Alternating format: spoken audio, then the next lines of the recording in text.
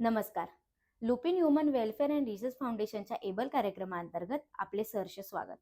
शेतकरी मित्रांनो, कपाशीमध्ये गुलाबी बोंडअळीमुळे मोठ्या प्रमाणात उत्पादनाचे नुकसान होते.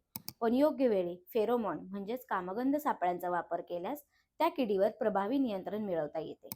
चला आज पाहूया याची योग्य पद्धत. यासाठी ही व्हिडिओ शेवटपर्यंत नक्की पहा. फेरोमोन सापळा म्हणजे काय?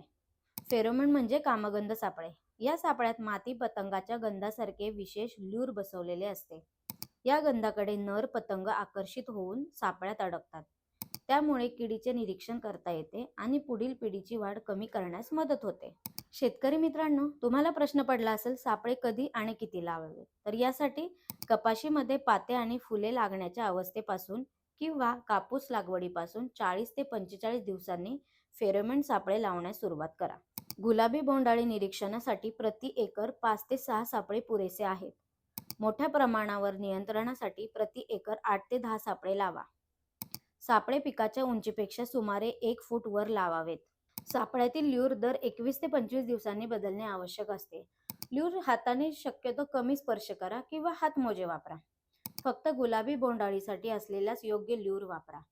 कालबाह्य झालेला ल्यूर वापरू नका. वापरून झालेला ल्यूर सुरक्षितपणे नष्ट करा. शेतकरी मित्रांनो, लक्षात ठेवा, फेरोमोन सापळे एकात्मिक कीड व्यवस्थापनाचा महत्त्वाचा भाग आहे. नियमित निरीक्षण, वेळेवर उपाययोजना आणि शिफारसीनुसार सापळ्यांचा वापर केल्यास गुलाबी बोंडअळीमुळे होणारे नुकसान मोठ्या प्रमाणात कमी करता येते.